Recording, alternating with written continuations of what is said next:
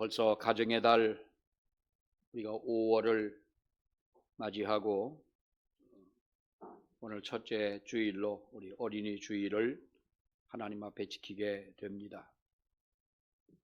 우리가 12달 1년을 지나면서 모든 달들이 다 의미가 있고 귀하고 또 하나님이 주신 귀중한 시간들이지만은 우리가 살아가며 이렇게 봄을 맞이하고 또 만발한 꽃들을 보면서 또 푸르러지는 5월을 이렇게 맞이하게 되면 더더구나 우리가 가정의 달을 맞이하면서 우리는 다른 때보다도 더 어쩌면 깊은 의미를 가지고 있는 우리가 한 달을 지나게 될 줄로 압니다. 더구나 우리가 교회에서는 우리 가정의 달 이름처럼 정말 그렇습니다.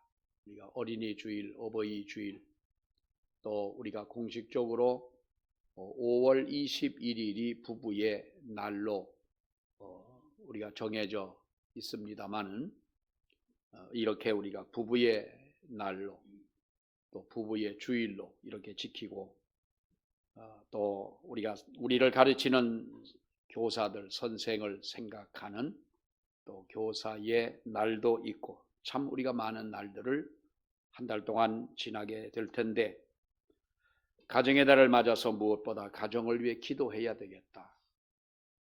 또 부모님이 계신 우리 성도님들이라면 부모님을 위해서 또 자녀를 위해서 우리가 형제를 위해 기도해야지 하는 이 마음이야. 우리가 어느 때나 마찬가지인 줄 압니다만 우리가 더 기도하는 이 한 달이 돼야 할 줄로 믿습니다.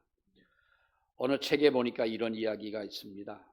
나쁜 짓을 하면서 좀처럼 부모의 말을 듣지 않는 한 아들이 있었습니다. 부모가 꾸중을 하고 혼을 내킬 때는 그때 잠깐뿐 그저 정신을 차리는 듯 하지만은 얼마 안가 또다시 이렇게 나쁜 친구들과 어울리고 못된 짓을 하는 이 아들이 있었습니다. 늘 부모의 마음에 정말 걱정거리였던 아들입니다. 그래서 어느 날 한 번은 아들이 나쁜 짓을 하고 돌아왔을 때 아버지는 아이를 데리고 아무 말 없이 그 조상의 묘가 있는 산소로 이 아들을 데리고 가서 그 조상의 산소 앞에 서서 아버지는 회초라기를 들고 자기의 다리를 걷어 올리고 사정없이 자기 종아리를 때렸습니다. 이 모습을 보고 있는 아들이 너무 놀라가지고 아버지 앞에 무릎을 꿇고 눈물을 흘리면서 아버지 내가 다시는 나쁜 짓을 하지 않겠습니다. 착한 아들이 되겠다고 약속을 하고 그때부터는 착한 아들이 됐습니다. 이제 많은 세월이 흘렀습니다. 그 아들도 한 아들의 아버지가 되었고 그도 그랬듯이 그의 아들도 역시 어린 시절 방황하고 부모의 말을 듣지 않고 못된 짓을 합니다. 아무리 타일러도 듣지를 않습니다. 그래서 이 아버지가 가만히 생각을 해보니 자기가 어릴 때의 그 모습이 떠오르고 아버지가 저 산 위에 있는 조상의 산소 앞에 자기를 데리고 가서 회차리로 아버지의 종아리를 때리던 그 모습을 생각나기에 같은 방법을 써봤답니다. 조상의 묘까지 가기는 너무 멀어서 갈 수는 없고 조용히 아들을 데리고 방에 들어가서 자기의 종아리를 걷고 회차리로 자기 다리를 사정없이 때렸습니다. 때리니까 이 광경을 보고 깜짝 놀라는 이 아들이 소리를 지르며 밖으로 뛰어나갑니다. 엄마를 부르면서 엄마 빨리 여기를 와보시라고. 아버지가 이상하다고. 아버지가 미쳤나 보다고. 그래서 들어와 보니 그런 광경이 펼쳐지게 된 것입니다. 책에서 이런 말을 쓰는 것은 우리가 그런 말을 많이 들어보기도 했습니다만 여기에서 말씀하고 있는 것은 옛날과 지금은 이것마저도 다르다, 많이 변했다라고 하는 것입니다. 확실히 부모와 자녀가의 윤리는 변했고 또 지난 날들과 또 현실은 너무나도 이렇게 갭이 있는 이러한 우리가 시대를 살아가고 있고, 우리가 자녀의 교육에 있어서 지난날의 교육 방법이 심각하게 도전을 받고 있을 뿐만 아니라 어쩌면 그 근본 원리마저도 이제는 흔들리고 있는 이런 시대를 살아가고 있다고 하는 것입니다. 그러나 한 가지 분명한 사실은 어떤 시대를 우리가 살고 있던 부모는 자녀를 바르게 양육해야 할 책임이 우리들에게 있다, 부모에게 있다라고 하는 것입니다. 자녀의 인격과 생명은 하나님의 것입니다. 그런데 하나님께서 우리 부모에게 이렇게 자녀의 양육을 위탁을 해 주신 것입니다. 그러므로 우리가 마지막 하나님 앞에 섰을 때에 하나님은 우리에게 이러한 질문을 하신다고 합니다. 이것도 어느 책에서 소개하는 얘기입니다만, 마지막 때에 우리가 하나님 앞에 서게 되면 하나님은 많은 것을 물으시겠지만 그 중에 한 가지를 물으신다면, 너는 내가 내게 맡긴 자녀를 어떻게 양육을 하고 여기를 왔느냐. 사랑하는 여러분, 우리는 그때에 하나님 앞에 우리는 대답할 것을 미리 준비해야 되는 줄로 믿습니다. 대기업에 취업을 하려고 하는 젊은 사람들이 시험에는 너끈히 통과를 했습니다. 여러 가지 많은 조건들을 다 통과를 했지만 가장 가슴을 떨게 하는 것은 바로 면접 시험이라고 그러죠.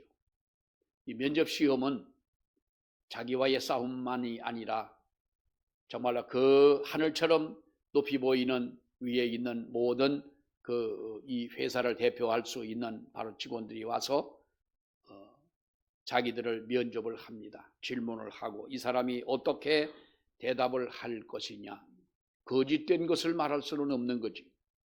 자기가 모르는 것을 아는 것처럼 얘기할 수는 없는 것입니다. 그래서 면접이 가장 어렵다라고 하는데, 여러분, 우리가 하나님께서 마지막 때에 우리를 부르시고 우리가 하나님 앞에 섰을 때에 너는 내가 네게 맡겨진 너의 자녀들을 어떻게 양육을 하고 여기를 왔느냐라고 만약에 물으신다면 우리는 분명히 내가 이렇게 하였노라고 대답할 수 있는 우리가 준비가 되어져야 하지 않겠느냐. 오늘날 자녀들의 교육의 문제를 우리가 보게 되면 부모와 자녀와의 관계 속에서 많은 문제점들이 있음을 우리는 알고 있습니다. 가정에서 기본 질서가 무너져가고 있다는 것도 우리는 잘 압니다. 요즘에 많이 듣는 이야기입니다만 많은 가정에 오늘날 어른이 없는 이러한 가정이 되어져 간다는 것이지요. 오히려 가정의 어른은 어린 아이가 상전이고 어린아이가 주인이 되어가는 바로 그러한 시대가 됐다는 것입니다. 물론 이 말은 우리가 바로 이해를 하고 들어야 하겠습니다만 자녀를 사랑하지 말라는 것도 아니고 자녀를 위하지 말라는 것도 아닙니다. 얼마든지 사랑하고 얼마든지 위하되 우리가 기본 질서 안에서 하라라고 하는 것입니다. 부모와 자녀의 관계는 수평적 관계가 아니라 수직적 관계라고 하는 것을 우리는 잘 압니다. 이것은 하나님이 세우신 질서요, 하나님이 세우신 권위인 것입니다. 이것이 무너지고 나면 여러분, 우리는 가정의 교육은 그때부터 제대로 된 교육을 할 수가 없는 것입니다. 자녀가 부모가 자녀에게 어떠한 말을 했을 때에 이 말을 우습게 안다면 여러분, 이것이 교육이 되겠습니까? 롯이 소돔과 고모라 성을 하나님이 멸망시킨다고 사위들을 불러놓고 이야기를 하면서 우리는 빨리 이 성을 도망쳐 나가야 된다고 할 때에 여러분, 사위들은 그 장인의 말을 예비 장인의 말입니다만 농담으로 여겼다 그랬습니다. 농담으로 여겼다고 하지만은 사실 그 말을 믿지 않았다는 말, 우습게 여겼다는 말이죠. 아니, 예비장인 하면은 우리가 표현하자면 하나님 다음으로 무서운 사람이 예비장인 아니겠어요? 아직도 장인도 아닌데 약혼한 그 장인 앞에서 장인의 그 말을 우습게 여겼다면 우리가 볼 때에 그 장인의 평소에 예비 사위들에게 보여준 행동이 어떠했길래 롯의 그 말을 이렇게 우습게 여겼겠느냐. 여러분, 하나님이 부모는 자녀 위에 있게 하셨습니다. 가정의 질서는 바른 교육의 전제라는 것을 우리에게 말씀하면서 바로 이와 같이 자녀의 위에서 수직적인 관계 속에서 우리가 바른 기본의 질서를 이루어가면서 살아가라 라고 하는 것이 우리들에게 주신 하나님의 숙제인 겁니다. 또 하나 우리는 부모가 자녀 앞에 본이 되어야 한다는 것, 우리가 수차 얘기를 합니다마는 부모가 자녀 앞에 본이 되지 못하고 있다는 이것이야말로 우리가 현실적인 큰 문제가 아니겠습니까?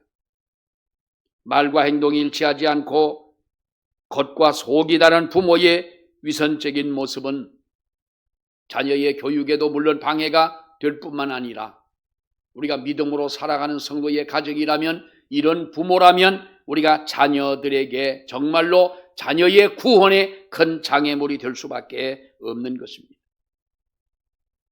어떤 가정에서 부부가 늘 싸움을 합니다. 5학년짜리, 3학년짜리 두 아들이 있습니다. 어느 날 두 아들이 둘이서 5학년짜리, 3학년짜리가 둘이가 방에 들어가 의논을 하고 싸우는 부모 앞에 와서 이렇게 말하더랍니다. 아빠, 엄마, 이렇게 싸우지 말고 이렇게 싸우려거든 이혼을 하세요. 이혼하는 것이 훨씬 낫지 않겠어요? 우리는 부모님들을 보면서 우리는 충분히 아버지, 엄마가 없어도 살아갈 능력이 있어요.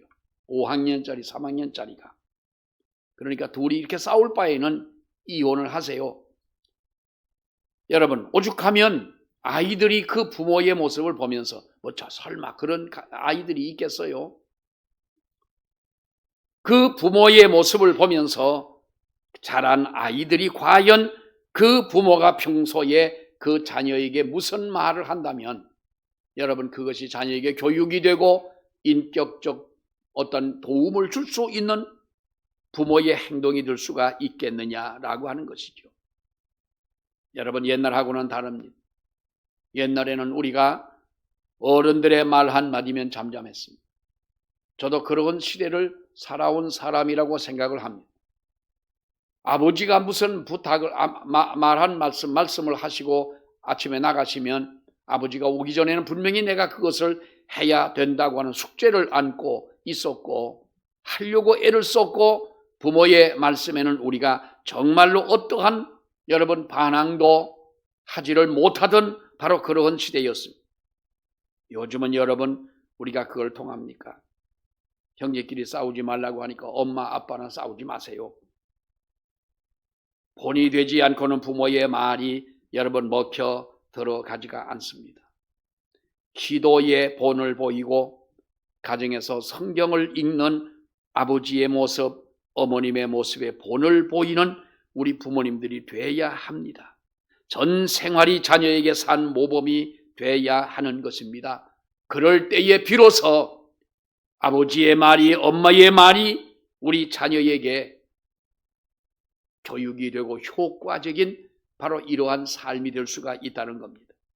오랫동안 신앙생활을 해오고 신앙과 믿음이 몸에 밴 부모님이라고 어릴 때는 생각을 했는데 그 부모가 새벽에 나가 눈물을 흘리며 기도하는 모습을 보지 못하고 집에 앉아 성경을 읽는 부모의 모습을 보지 못하고 이웃에게 전도하는 모습을 보지 못하고 부모의 모습 속에서 예수님의 모습이 전혀 보이지 않는다면 무슨 근거를 가지고 내 자녀를 믿음의 길로 인도한다고 말할 수가 있겠고 내가 그렇게 살아오면서 어떻게 나의 자식이 하나님 앞에 구원받는 믿음의 자식이 될 수 있다고 여러분 생각하십니까? 분명히 우리는 하나님 앞에 본을 보이는 우리 부모님들이 되어야 할 줄로 믿습니다. 유대인의 어머니들은 자녀 교육은 우리가 역사적으로 볼 때에 세계적으로 유명한 부모의 교육이 바로 이 유대인 어머니들의 교육이라고 그럽니다. 그런데 유대인 자녀 교육의 원리 중에 형제의 개성은 비교를 하되 형제의 머리는 비교하지 마라 라는 그들이 아주 철칙으로 삼는 것이 있습니다. 개성을 비교하는 것은 형제를 살리지만 머리를 비교하는 것은 형제를 죽이는 행위가 된다는 거죠. 근데 우리는 반대예요. 개성보다는 머리. 너 언니는 전교에서 1등만 했고 너 형은 우리가 그런 가정들 보잖아요. 부모님들이 공부 잘하는 형님은 대학을 보내고 그 자랑 끌고 동네 나가면 자랑을 하는데 뭐 형제들이 다 다르잖아요. 큰 아들이 그러면 둘째 아들은 조금 다르지 않습니까? 이놈은 너는 형은 1등하고 너 형은 법대 가고 의대 가고 공부 잘하는데 너는 어떻게 생겨가지고 누구를 닮아가지고 엄마 머리를 닮았냐 아빠 머리를 닮았냐 서로 해가면서 우리는 여러분 그렇게 교육을 하잖아요. 개성은 비교를 하지만은 머리는 비교를 하지만은 개성이라고 하는 것은 비교를 해서 이것은 서로가 형제를 살릴 수가 있지만은 머리를 비유하는 것은 우리가 서로를 죽이는 일이라고 하는 것입니다. 미국의 텍사스 주의 휴스턴 경찰서에서 불량 자녀를 만드는 법이라는 10가지 조항을 언젠가 이렇게 알렸습니다. 10가지 조항. 불량 자녀를 만드는 10가지 조항. 불량 자녀를 만드는 법이 대충 여러분 아시겠습니다만 그 중에 하나가 뭐냐 하면 아무런 영적인 훈련과 교육도 주지 말고 크면 지가 알아서 잘할 것이라고 내버려둬라 하는 것이 세 번째였어요. 그래서 경찰서에서 여러분 미국이라고 하는 나라 물론 모범적인 사람도 선한 사람도 많지만은 미국이라고 하는 사회가 얼마나 복잡합니까? 여기에서 바로 불량한 자녀를 만드는 법 중에 하나가 뭐냐 하면 아무런 영적인 훈련과 교육도 주지 말고 크면은 제가 알아서 잘할 거라고 내버려둬라. 우리 그렇게 생각하잖아요. 나는 부모님들하고 이렇게 얘기하다 보면 그러면 아주 개방적이고 아주 차원적인 것처럼 이렇게 얘기합니다. 나는 우리 자식들에게 종교를 강요하지 않습니다. 지가 알아서 하겠죠. 알아서 할 거라고 믿습니다. 기도만 합니다. 그럼. 사랑하는 여러분, 요즘에 산불도 많이 나고 집에도 아파트에도 불이 나고 불이 납니다. 불 속에 있는 자식을 끄집어낼 수도 있는 환경인데 그것은 마다하지 않고 지가 알아서 나오겠지요. 나는 마당에 서서 기도만 하겠습니다 하는 이 부모의 말이 맞습니까? 틀립니까? 아버지가 내가 불 속에 뛰어들어가 내가 죽는 한이 있더라도 자식을 이끌어내려고 하는 것이 부모의 진정한 마음이지. 어떻게 내가 여러분 그 자식이 크도록 지가 알아서 잘 하겠지요. 이렇게 말할 수가 있습니다.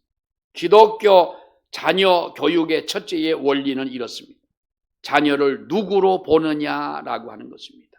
자녀를 누구로 보느냐. 우리는 자녀들의 모습 속에서 하나님의 형상을 보고 하나님의 뜻을 생각해야 됩니다. 자식은 단순히 육적인 정으로 즐거워할 대상만이 아닙니다. 부모의 욕구 충족의 대상은 더더욱 아닌 것입니다.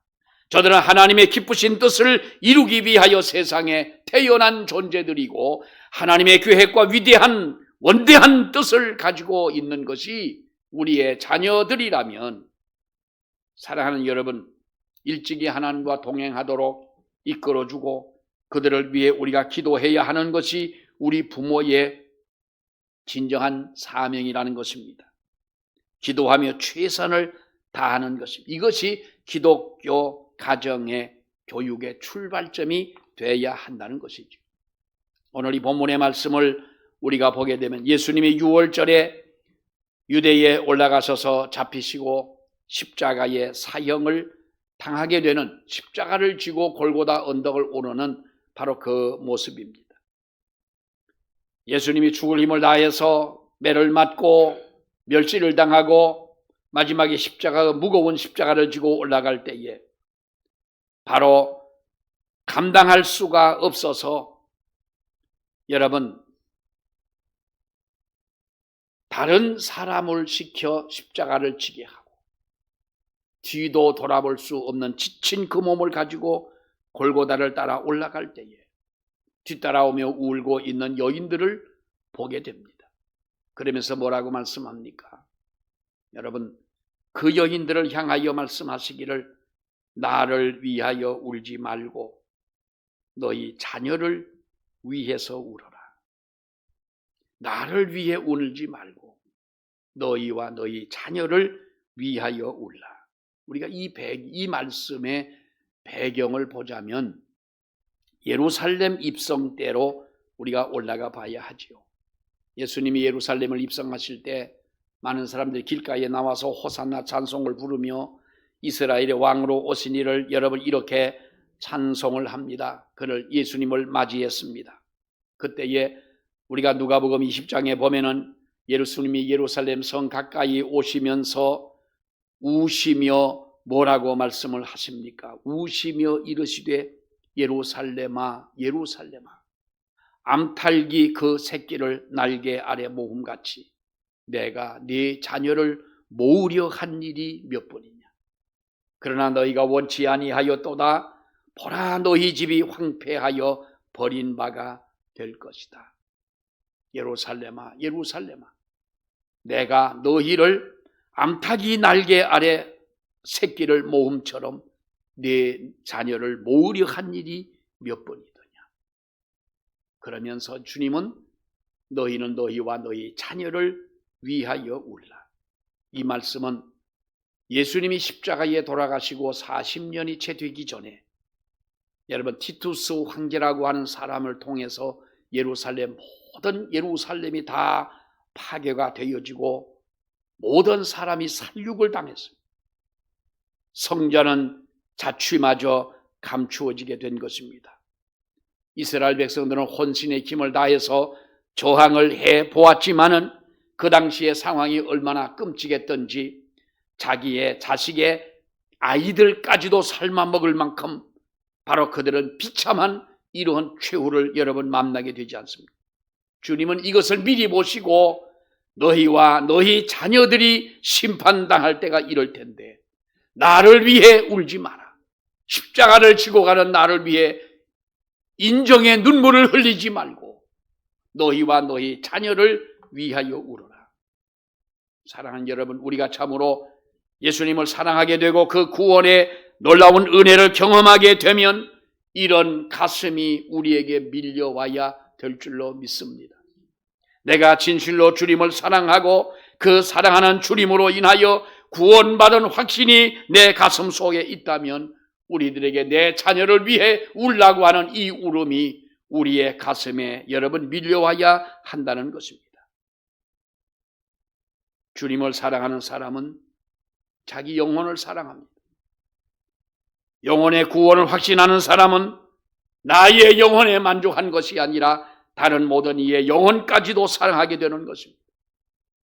우리가 적어도 다른 사람의 영혼을 사랑할 만큼의 신앙의 수준이 우리에게 있는 사람이라면 여러분 우리의 자녀를 위해 울라고 하는 이 말씀이 무슨 의미인지 우리는 분명히 알 것입니다. 예수님을 사랑하지 않는 사람이 자기의 영혼, 다른 사람의 영혼을 위해 여러분 눈물을 흘리는 법이 없습니다. 주님은 다른 사람의 영혼이 아닌 바로 너희의 자녀를 위하여 울어라. 천진난만하게 뛰어노는 저 아이들이 40년 후에 멸망할 예루살렘 성 돌 위에 돌 하나도 남기지 아니하고 하나님이 멸망하는 그때에 부녀자들은 수치를 당하고 어린아이들마저도 죽음을 당하는 여러분 이러한 하나님의 심판이 다가올 텐데 십자가를 지고 가는 나를 위해 울어야 하는 것이 아니라 너희와 너희의 자녀를 위하여 울어야 되지 않겠느냐. 여러분들은 여러분들의 자녀를 위해서 얼마나 몇 번이나 울어보셨습니까? 요즘 우리가 TV를 보다 보면 무정한 행동으로 가슴을 아프게 하는 부모의 이야기들을 우리들이 듣습니다. 차마 표현할 수 없는 여러분 그런 얘기입니다만 지난 4월 1일 날 경기도 시흥에서 어떤 생모가 8개월 된 아이를 TV 리모컨으로 머리를 때려가지고 사망하게 만드는 일이 있었잖아요. 경찰이 불러서 조사를 하면서 어머니의 그 이유를 물었더니 재혼을 만약에 하게 되면 8개월 된 아이가 걸림돌이 될 것 같아서 아이를 죽였다는 거예요. 어떤 엄마들은 여러분 2살도 채 되지 않는 아이를 4일, 5일 정도를 집에다 혼자 남겨두고 집을 나갔다가 그 아이가 죽고 만 사건도 얼마 전에 우리가 보지 않았습니까? 저는 여러분에게 묻고 싶은 질문이 있습니다. 여러분들은 육신적으로는 여러분들의 자녀들에게 그런 행동을 전혀 하지 않는 분들이라고 믿습니다. 혹시라도 그랬다면 손들어 자수하세요. 자수하여 광명 찾으시길. 그러나 여러분들은 자식들을 애지중지 키우면서 정말 그렇게 키우셨습니다. 그러나 여러분들이 여러분의 자녀들의 영혼을 방치하고 여러분들의 자녀들의 영혼은 여러분 학대하고 있지 않습니까? 방에다가 방치를 해버리고 살펴보지 않는 이런 부모처럼 여러분들은 여러분들의 자녀의 영혼을 정말로 그토록 사랑하고 끔찍히 위해 기도했느냐라고 하는 겁니다. 우리가 하나님 앞에 거듭난 사람이라면 사랑하는 여러분, 하나님은 우리에게 성령께서 우리 영혼의 감각을 다시 살아나도록 우리에게 은혜를 주신 것입니다. 물에 빠진 사람이나 기절한 사람이 심정지가 왔을 때 우리는 심폐소생술을 합니다. 정말로 기대를 가지고 심폐소생술을 해서 다시 그 심장이 뛰어나고, 우리 가끔 TV 보면은요, 어떤 때는 중학생이 지나가다가 쓰러진 사람을 보고 학교에서 심폐소생술을 하는 것을 배워가지고 집에 돌아가는 그날이래요. 가만 보니까 학교에서 조금 전에 배운 건데 어떤 할아버지가 쓰러져 있는 가슴을 눌러가지고 어떤 여학생인데 이 할아버지가 숨을 쉬고 일어난 거예요. 자기도 놀랐죠. 여러분, 우리는 이미 하나님 앞에 죄로 인하여 죽었던 심령들인 거예요. 심폐소생술을 하듯이 하나님은 우리를 택하여 부르시고 하나님의 성령을 우리에게 주셔서 우리에게 감각이 살아나도록 하셨는데, 이 감각이라고 하는 것, 살아난 감각이 바로 믿음이라는 것입니다. 그리고 더 나아가서 성령의 충만이고 이것이 영성이지요. 믿음과 성령의 충만함과 그리고 하나님 앞에 주신 은혜로 이 영성을 가지고 살아가는 성도들이라면 우리는 지금 이 감각을 가지고 있느냐라고 하는 것입니다. 여러분들의 자녀를 볼 때 하는 감각이 과연 우리에게 있느냐라고 하는 것입니다. 우리의 자녀들이 예수를 믿고 하나님 앞에 회개하고 돌아오지 아니하면 명백히 지옥을 간다는 엄연한 사실을 우리는 분명히 인정하고 알고 있습니다. 지금 내 자식이 교회를 다니고 안 다니고가 나에게 문제가 아니다, 이런 생각을 하고 있다면 이거는 심각한 문제가 아닐 수가 없습니다. 어거스틴의 어머니는 30년 동안 아들을 위해서 기도했다고 그랬잖아요. 이렇게 오랜 세월 동안 돌아오지 않을 수도 있습니다. 그런데 문제는 여러분이 자녀를 위해 울어본 적이 있느냐라는 거지. 리차드 백스터라고 하는 목사님은 이런 말을 했습니다. 회심하지 못한 사람의 영혼을 위해서 울지 못하는 사람은 회심하지 못한 사람보다 더 불쌍한 사람. 중생하지 못한 사람의 영혼을 위해서 울지 않는 사람은 중생하지 못한 사람보다 더 불쌍한 사람이라는 것. 하물며 그 영혼이 여러분 자녀라면 여러분은 어떻게 생각하시겠습니까? 여러분들의 자녀들이 불신자와 결혼을 하고 믿는 성도의 자녀들이 세상 사람과 똑같은 이런 삶을 살아가는, 여러분 이런 삶을 우리가 맞닥뜨린다면 여러분 그래도 울지 않으시겠습니까? 정말 그래도 기도하지 않겠습니까? 우리가 세상을 살면서 공짜를 바라고 살아서는 안 됩니다. 내 자식을 위해 울지 않고, 내 자식을 위해 기도하지 않고, 내 자식에게 복음을 전하지 않고서 어떻게 저절로 잘 될 것이라고 이 공짜의 심리를 가지고 우리가 살아갑니까? 여러분의 자식들이 성공을 하고 사업을 해서 돈을 많이 벌어가지고 남들보다 더 좋은 집에 좋은 자동차를 타고 정말로 풍성하게 살아가는 그 삶이 여러분의 마음에, 여러분의 영혼에 진정한 만족을 줍니까? 그것이 성공입니까?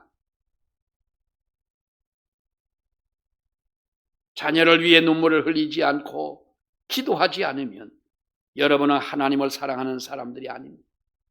여러분들이 자녀를 위해 진실로 눈물을 흘리지 않는다면 여러분들은 자녀를 사랑하는 방법을 모르는 사람들입니다. 진실로 내 자식을 사랑하지 않는 것입니다. 유아 세례를 줄 때에 우리가 서약을 하지요. 누구에게 합니까? 유아 세례를, 우리 아영이가 유아 세례를 받을 때 아영이한테 한 것이 아니라 아영이 엄마 아빠에게 했지요. 부모에게 서약을 합니다. 지금 그대는 지금 완전히 이 아이를 하나님에게 바치겠습니까? 겸손한 마음으로 하나님의 은혜를 의지하여 친히 경건한 부분을 이 아이에게 보이기로 여러분은 진력을 하겠습니까? 이 아이를 위하여 기도하며 이 아이와 함께 기도하고 우리의 거룩한 종교의 도리를 가르치고 하나님의 지시하신 모든 기관에서 전력하여 이 아이를 주의 양육과 교훈으로 자라게 하기로 서약을 합니까? 라고 할 때 부모는 예라고 대답을 합니다. 유아 세례를 받는 아이의 부모에게만 해당하는 것이 아닙니다. 여러분의 자녀의 여러분들에게 다 해당되는 말씀인 줄로 압니다. 영혼을 사랑하는 눈물이 없다면 그런 분은 먼저 자신의 영혼을 위해서 여러분 울어야 합니다.